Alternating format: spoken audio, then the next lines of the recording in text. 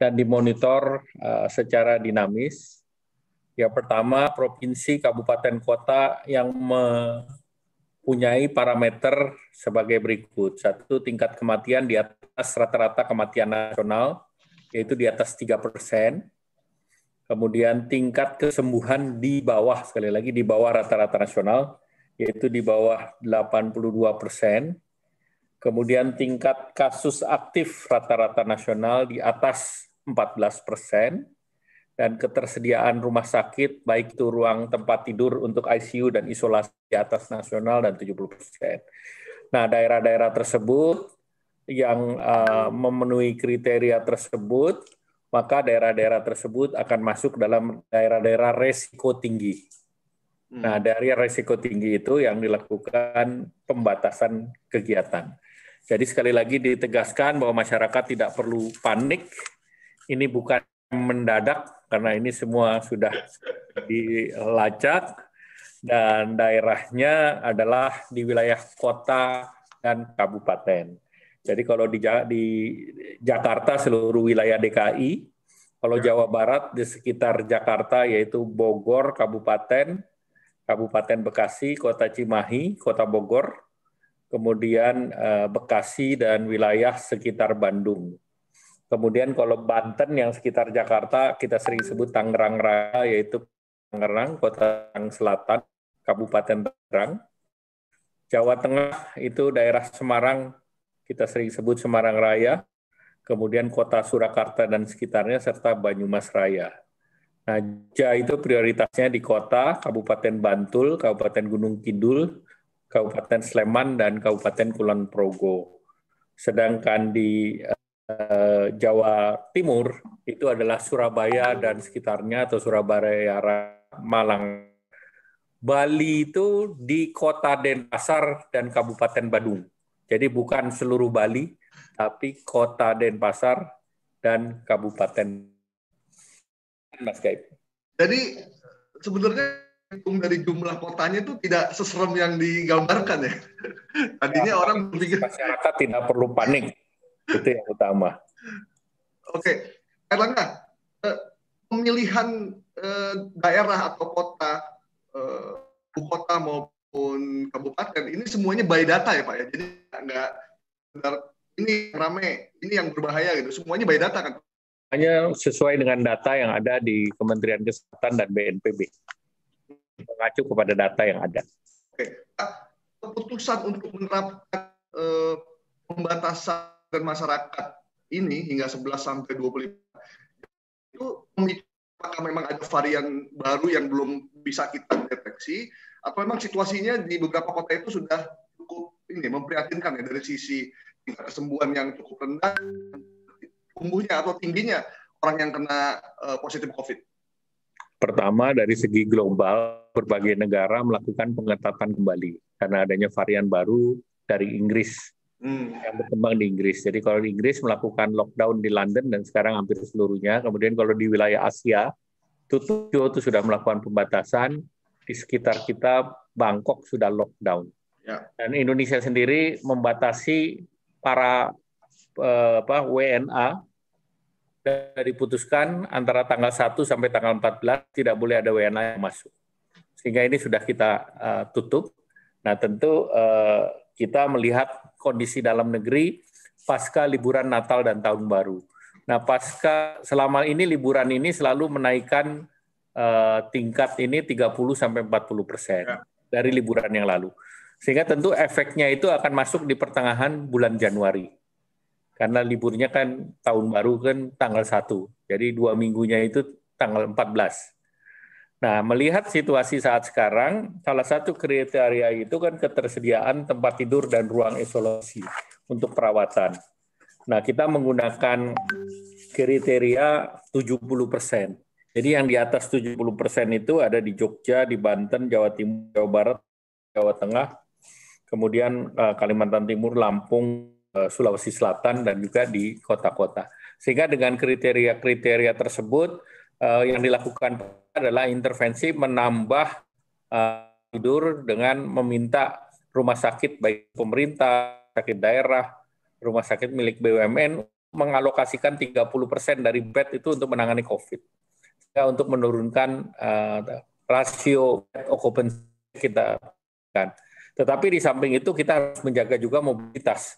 Karena mereka yang selesai liburan ini kalau banyak beredar, dan mereka semuanya beredarnya dengan OTG, ini selain membahayakan diri sendiri, ini membahayakan keluarga dan juga masyarakat yang lain. Sehingga pemerintah memutuskan untuk melakukan pembatasan mobilitas, tetapi tidak mematikan aktivitas. Jadi harus dibedakan.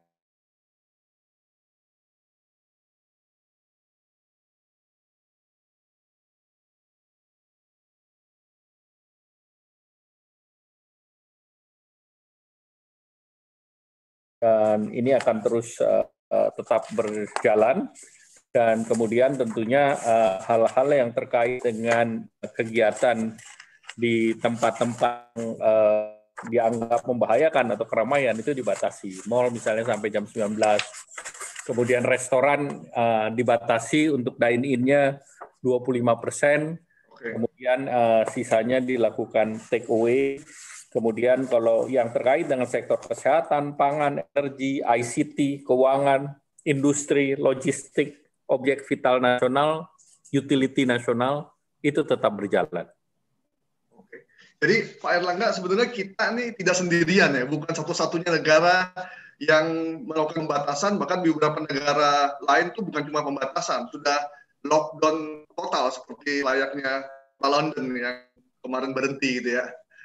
Dan juga Indonesia tidak pernah menerapkan yang namanya lockdown. Jadi kita selalu memberikan, pemerintah menjaga keseimbangan antara sektor kesehatan dan sektor sosial ekonomi.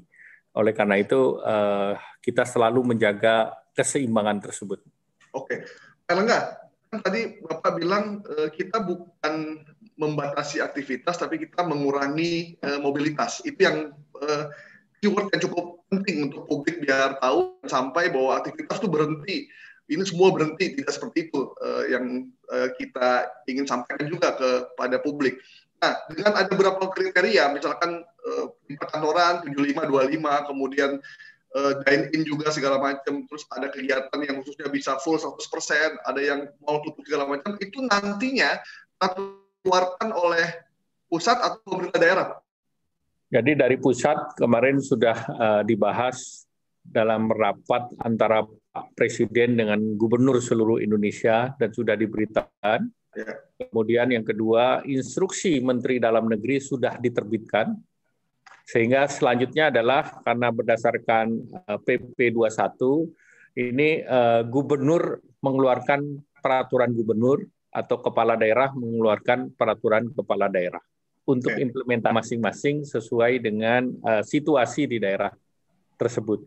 Dan sampai saat sekarang yang sudah mengeluarkan surat edaran adalah Gubernur Bali. Dan dalam 2 hari ini Bapak Gubernur dan Ibu Gubernur akan menerbitkan surat karena ini berlakunya tanggal 11 Januari mendatang ataupun hari Senin sampai dengan tanggal 25 nanti. Berarti nanti para gubernur dan juga bupati sama wali kota sudah harus mengeluarkan peraturan sebelum tanggal 11, Pak ya? Betul. Supaya ada sosialisasi gitu loh, Pak. Betul. Ya, Pak Aditya. Mas Gaib, ada pertanyaan ini. Boleh, silakan dibacakan. Pak Erlangga ya. Ini ada pertanyaan dari Radio Barata di Tangerang. Namanya dari teman kita Manuntuan Arwan. Bertanya, mengapa pemerintah tidak memberlakukan sistem lockdown seperti di Inggris? Demikian pertanyaannya, Pak Erlangga. Silakan, Pak. Ya, pertama seluruh negara yang menerapkan lockdown, pertumbuhan ekonominya jatuh di bawah 10%. Dan kedua, minus 10%. Dan kedua, tentu kita harus menjaga keseimbangan bahwa tidak semua masyarakat kita itu mempunyai penghasilan yang cukup untuk bekerja ataupun work from home tanpa aktivitas di luar. Dan banyak dari pekerja kita menerima upah harian. Jadi saat upah harian itu dihentikan, maka tentu tidak punya penghasilan untuk menghidupi keluarganya. Jadi kita melihat banyak sektor informal kita, 61 juta UMKM, itu yang akan terdampak. Dan pada saat kita melakukan PSBB ketat, kan perekonomian kita turun dari 2,1, itu turun 7% sampai -5. Nah, ini yang kita tidak ingin ulangi. Sedang kita ini kan sekarang lagi dalam posisi tren positif untuk pemulihan ekonomi.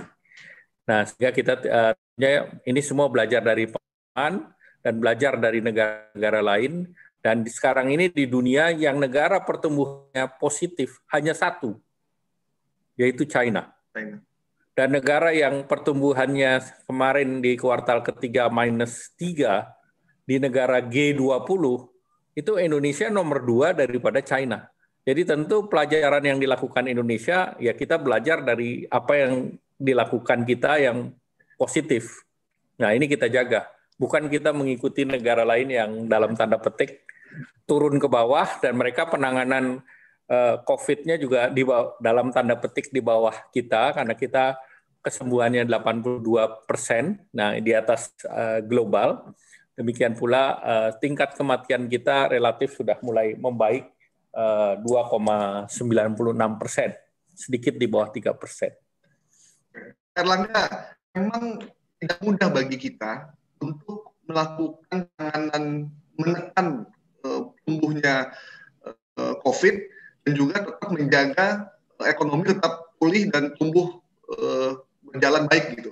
Karena ini bukan pekerjaan yang sembarangan gitu. Jadi harus simultan. Nah, apa kuncinya supaya ini bisa berhasil? Karena kalau COVID-nya turun, ekonomi tumbuh, masyarakat juga happy, sektor ekonomi juga senang, UKM juga bisa tumbuh lagi, kita bisa hidup seperti sebelumnya. Apa kuncinya, Pak Erlangga?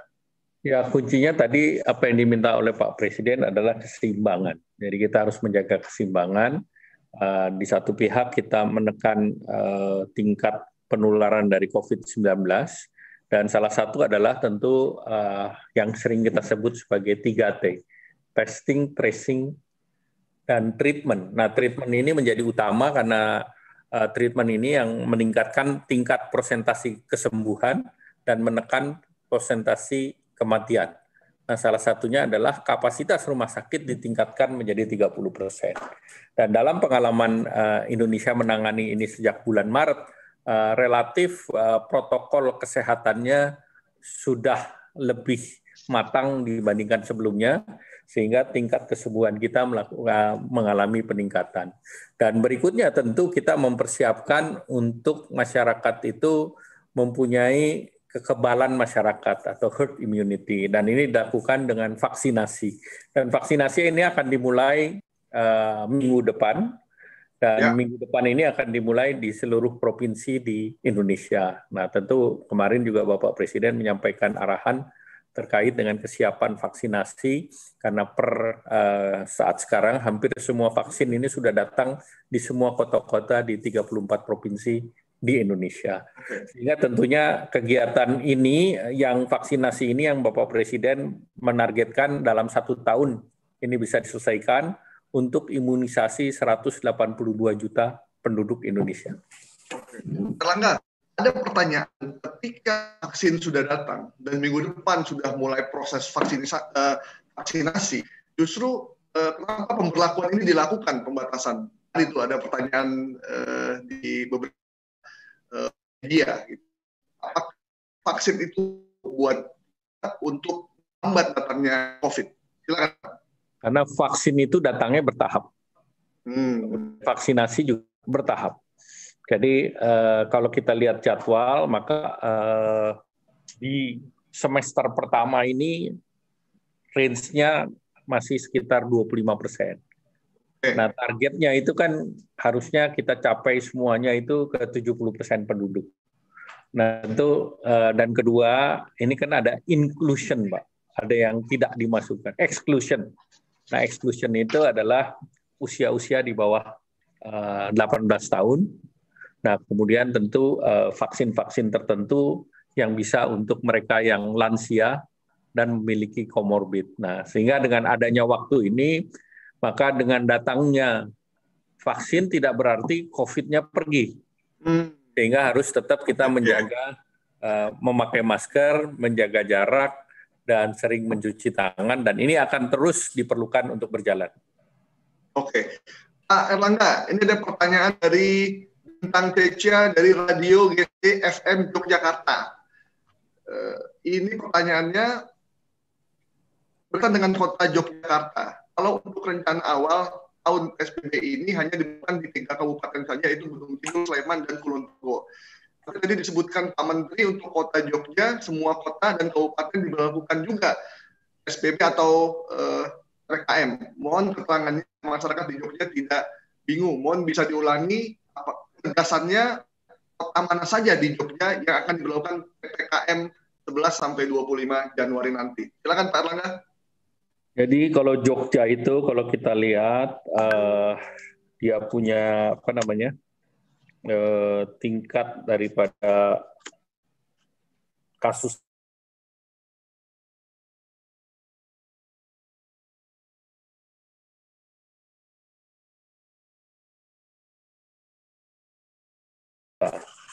oleh karena itu kabupaten-kabupaten atau yang prioritaskan adalah Kabupaten Bantul, Kabupaten Gunung Kidul, Sleman, Kulon Progo, Kota Jogja itu sendiri.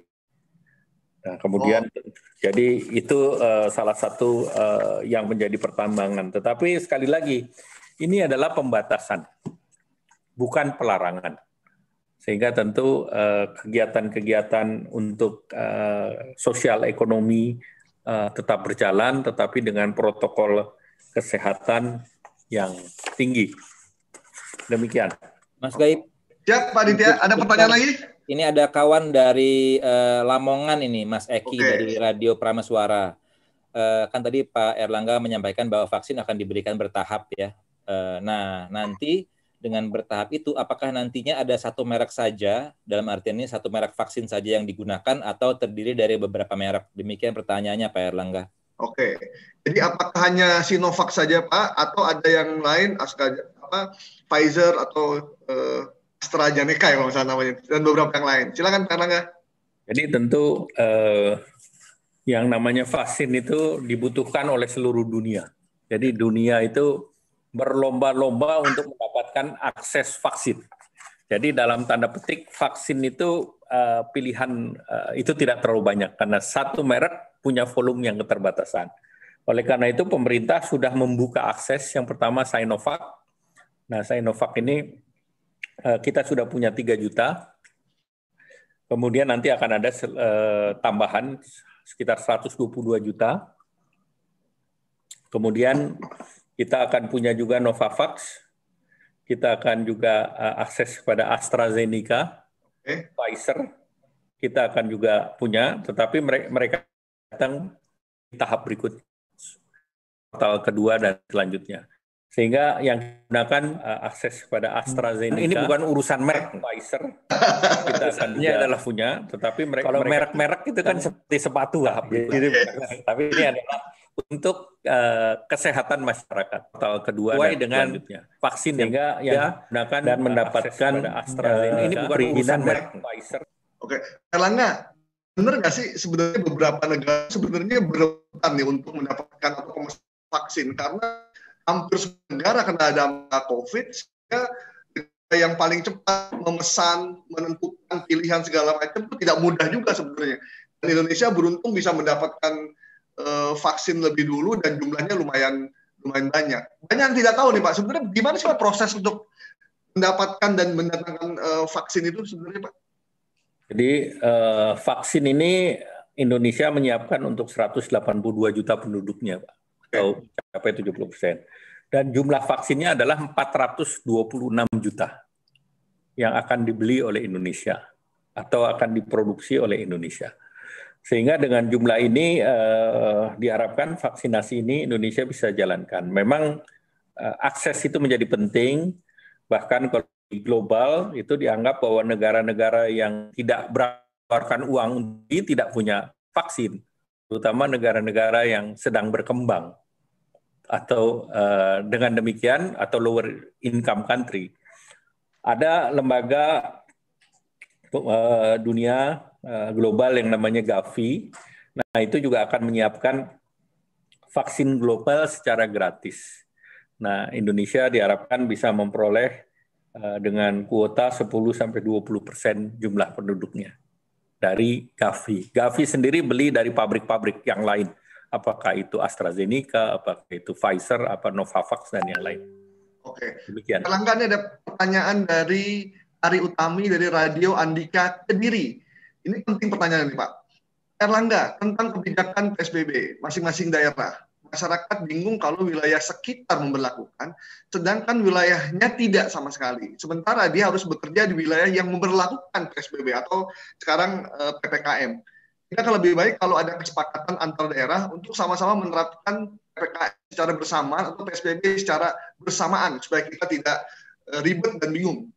Silakan Pak Erlangga.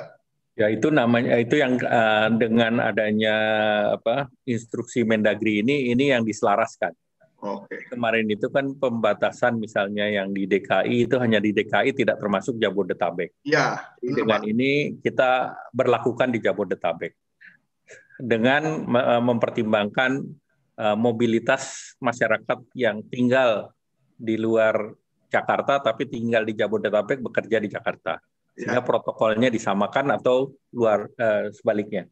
Demikian pula di daerah Semarang dan sekitarnya, Solo dan sekitarnya, Surabaya, Sidoarjo misalnya, kemudian Malang dan sekitarnya. Dan sehingga ini nanti Pergub yang akan memberikan kejelasan di situ, dan pusat sebetulnya kita sudah menyebutkan kota-kotanya. Silakan masing-masing pemerintah daerah untuk membuat peraturan-peraturannya. Oke, baik. Kalau di Jakarta memang lebih baik Jabodetabek, karena kalau di Jakarta PSBB, sementara di Bekasi dan Bogor tidak, sementara hampir sebagian besar warga Jakarta tinggalnya di Bogor dan Bekasi serta Depok. Sudah tetap. Kemudian dari Pak Bambang Wijanarko, ini dari Radio Kalimaya Baskara Malang. Untuk pembatasan dan aktivitas 11-25 Januari, untuk tiap kota jam berapa sampai jam berapa, apakah sama atau berbeda untuk kabupaten dan kota berlaku pembatasan? Jika sudah selesai tanggal 25, apakah selesai juga keputusan itu atau dilanjutkan lagi? Terima kasih Pak Erlangga. Jadi yang itu kegiatan-kegiatan di mall dan yang lain sampai jam 7 malam. Tentu sesudah itu pemerintah akan mengevaluasi apakah daerah yang kita dorong untuk melakukan pembatasan secara lebih terbatas ini tetap merah atau dia sudah ada penurunan kasus. Maka untuk penurunan kasus diperlukan kedisiplinan masyarakat. Nah, dari monitor itu dari bulan November sampai dengan Desember memang kedisiplinan masyarakat menurun. Nah, dengan kedisiplinan masyarakat menurun ditambah dengan libur Natal dan Tahun Baru, maka kelihatannya ini ada kenaikan yang cukup tinggi.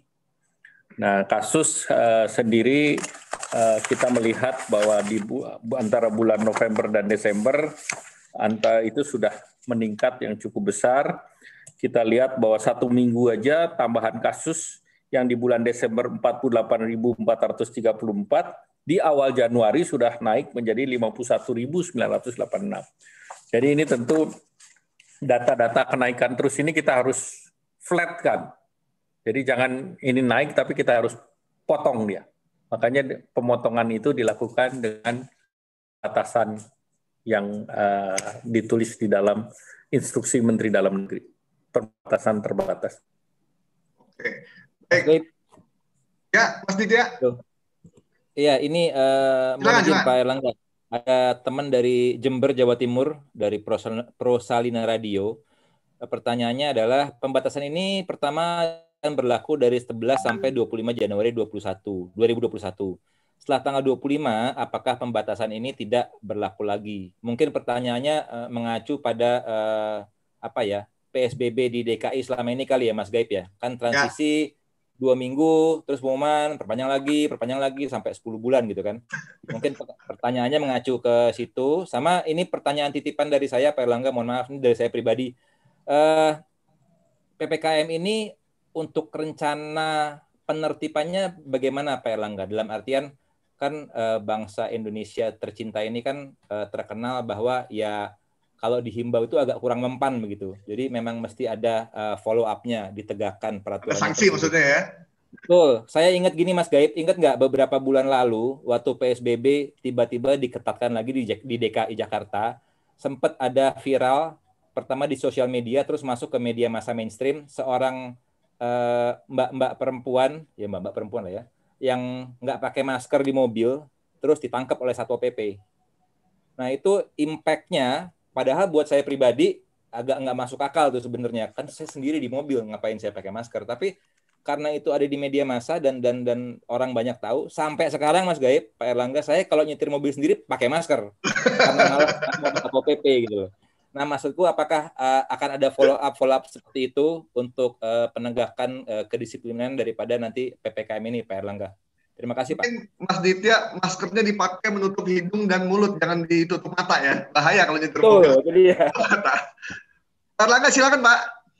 Ya, jadi sesudah tanggal 25 ya dievaluasi. Jadi daerahnya dievaluasi berdasarkan 4 kriteria yang tadi.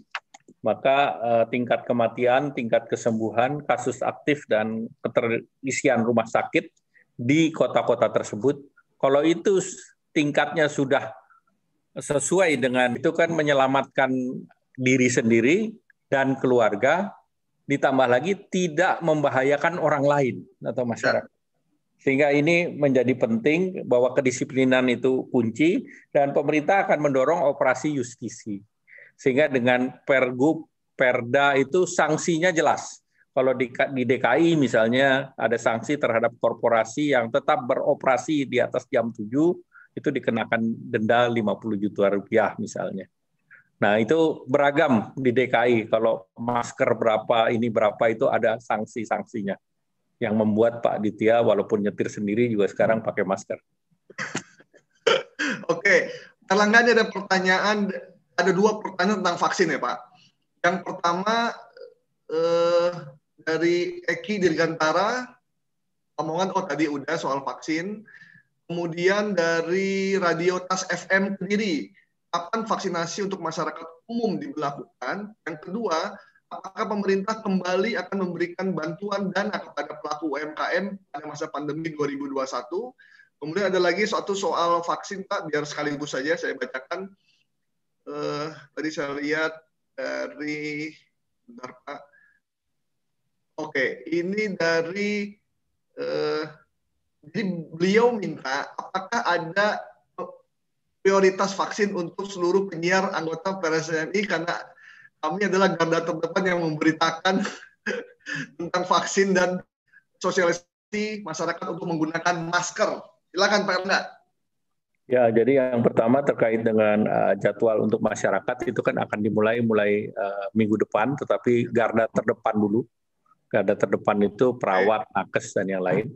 Sesudah itu baru APH-nya, aparat penegak hukum, kemudian juga tokoh-tokoh masyarakat yang memang berhubungan langsung dengan masyarakat luas, dan juga profesi yang tidak bisa menghindari, termasuk misalnya mereka yang bekerja di pasar dan yang lain. Nah itu tahapannya nanti kita akan siapkan, dan nanti masing itu akan diberi jadwal. Dan seperti contoh yang pertama ini untuk pegawai nakes yang diprioritaskan ada aplikasinya. Sehingga dengan aplikasi itu nanti ditentukan kapan divaksin, di puskesmas yang mana, jadwalnya kapan. Demikian. Kemudian yang kedua terkait UMKM, ya kita lanjutkan program untuk yang sifatnya produktif. Nah yang untuk produktif itu kredit usaha rakyat yang sekarang besarnya itu mulai dari mikro, super mikro di bawah 10 juta, sampai dengan KUR yang 500 juta, pemerintah yang di tahun lalu mensubsidi 100% bunganya, sekarang disubsidi tinggal masyarakat membayar di 3%. Jadi sisanya tetap disubsidi oleh pemerintah sampai dengan 6 bulan. Kemudian kredit yang besarnya 500 juta sampai dengan 10 miliar, yang biasanya disuruh bayar 3%, tingkat bunganya sekarang kita subsidi sehingga 1,5%.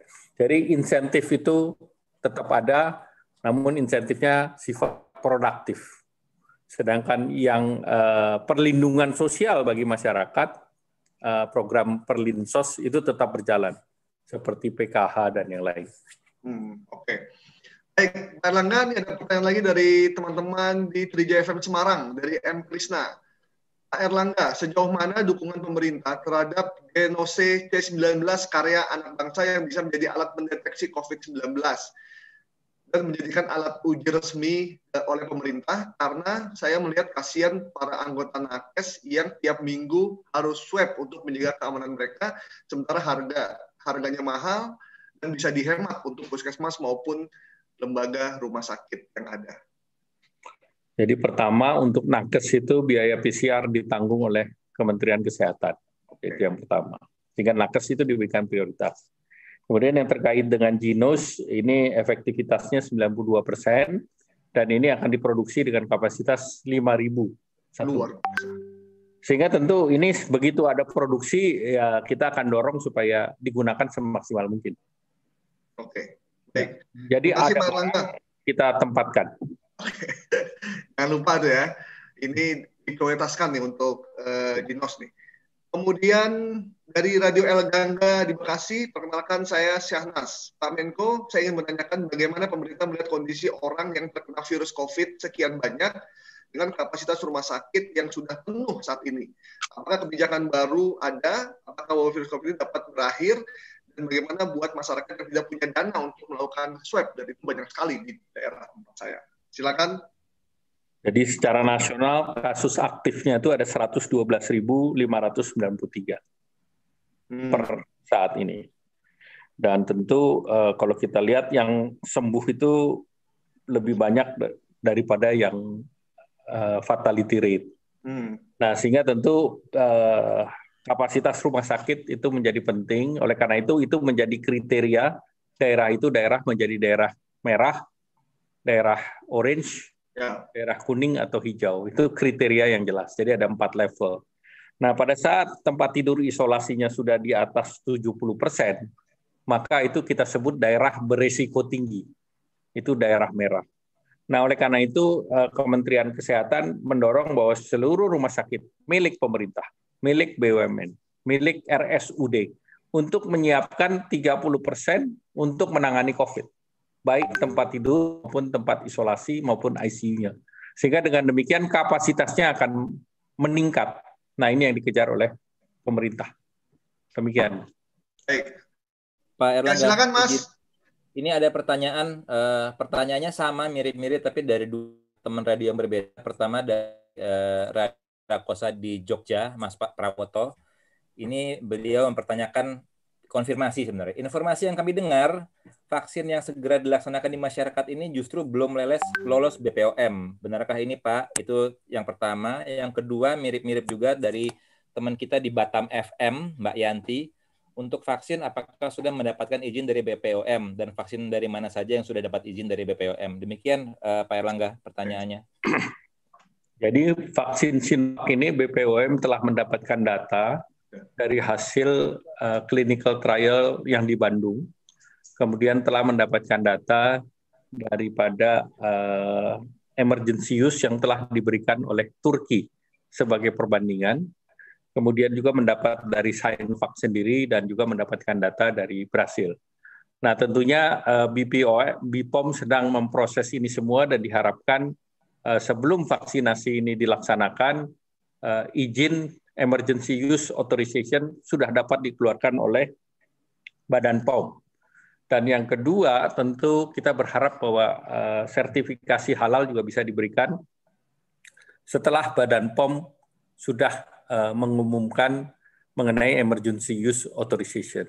Jadi Badan POM yang menentukan bahwa vaksin ini baik, aman, kemudian nanti MUI yang menentukan bahwa ini baik untuk dipergunakan atau kita sebut halal.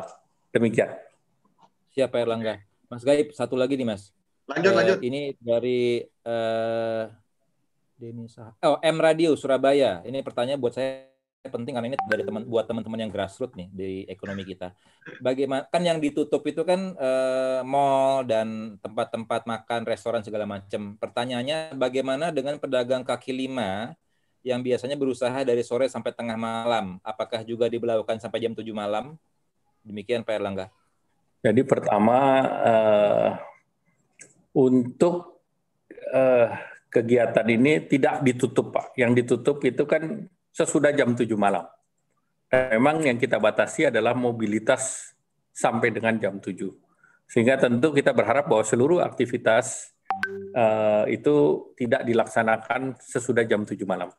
Nanti masing-masing gubernur akan mengatur ataupun kepala daerah, bupati, wali kota akan mengatur secara detail tergantung kepada kondisi situasi lokal masing-masing. Oke. Ini ada pertanyaan dari teman RPKFM Jakarta. Selamat siang Pak Menko. Saya Daniel Tanamal ingin bertanya untuk pembatasan di beberapa kota di Jawa dan Bali, khususnya mengenai pembatasan kunjungan yang ada hubungannya dengan pariwisata, bagaimana koordinasi dengan Kemenparekraf?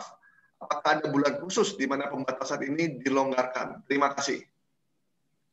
Ya, sebetulnya kan ini seluruh sektor-sektornya sudah dibahas semua, dan yang terkait dengan pariwisata kan kafe-kafe, hotel, dan yang lain. Dan ini semuanya dikaitkan dengan kegiatan-kegiatan tersebut dan pembatasan transportasi.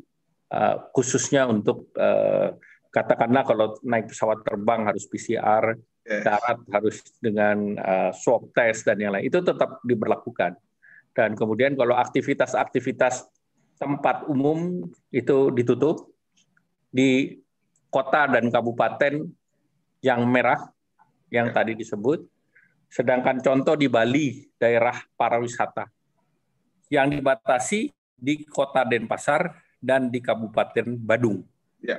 Sehingga di tempat lain itu aktivitas masih bisa tetap berjalan dengan protokol COVID yang tegas.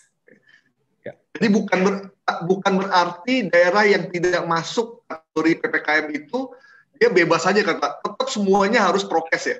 Indonesia ini selama masih ada pandemi PSBB, pembatasan sosial berskala besar ini, belum ada yang dicabut, belum ada yang dihentikan. Yang kita lakukan adalah pembatasan terbatas karena daerahnya menjadi daerah merah. Dan ini akibat ada peningkatan yang harus kita flatkan curve-nya. Oke. Dari Mas Anto Christian di Radio Andika Kediri, Erlangga, untuk vaksin ini setiap daerah, kabupaten, dan kota tidak sama dalam mendapatkan vaksin. Bagaimana jika jumlah penduduk satu daerah yang positif lebih banyak, sementara vaksinnya terbatas? Tapi memang vaksin itu ini Pak ya, tidak langsung semua kan ya, semuanya bergilir ya Pak ya. Jadi pertama vaksin itu disiapkan untuk 182 juta penduduk. Nah, memang mereka yang belum eksklusinya itu adalah pertama mereka yang punya komorbid, kedua yang terkait dengan anak-anak. Nah tentu ini nanti kita lihat sesuai dengan perkembangan daripada vaksin itu sendiri. Dan mereka yang pernah kena COVID atau kita sebut penyintas COVID, itu memang dikecualikan juga dari vaksinasi. Karena mereka yang sudah pernah terkena COVID kan, mereka sudah punya antibodi yang dibentuk dari badan sendiri. Yang namanya vaksin kan untuk membentuk antibodi. Jadi ini sesuai dengan situasi. Oke, baik Erlangga, kita memasuki sesi yang terakhir nih, karena waktu Bapak juga terbatas. Saya mau nyapa beberapa teman yang sudah mengirimkan. Ada Ardian di Bahan FM Ngawi yang bertanya soal kapan sekolah itu kembali masuk. Nanti kita bisa ngundang Pak Nadiem juga, nanti mungkin kalian kalau mau jawab boleh sekalian closing statement Pak. Kemudian ada teman saya dari Aldi di Radio Dakta Bekasi, bagaimana evaluasi penanganan COVID saat ini dengan Menteri Kesehatan yang baru dengan yang lama. Itu nanti jangan Pak Erlangga jawab. Nanti kita undang Pak Menkes yang baru, Pak Budi Gunadi. Alhamdulillah lebih responsif. Kemudian ada beberapa dari Irman, di Aceh juga ada. Cuma Pak Erlangga, sekaligus closing statement Pak, sekaligus apa harapan Pak Erlangga untuk masyarakat, khususnya buat kami para orang-orang radio yang setiap hari kita berkomunikasi dengan masyarakat, bertemu langsung, berinteraksi langsung, mereka bertanya, kita langsung jawab. Apa yang Bapak harapkan supaya ini badai COVID ini bisa segera berlalu? Tadi Bapak bilang kita tidak membatasi aktivitas, tapi kita membatasi mobilitas sehingga ekonomi kembali pulih dan masyarakat kembali sehat. Silakan Pak Erlangga sekaligus closing statement buat kami. Ya, jadi pertama masyarakat tidak perlu panik. Yang kedua, ini bukan rem mendadak. Yang ketiga, ini bukan pelarangan, tapi pembatasan di beberapa kota dan wilayah. Dan untuk evaluasi tergantung daripada kita sendiri. Dan pemerintah tentu memperhatikan kebutuhan masyarakat.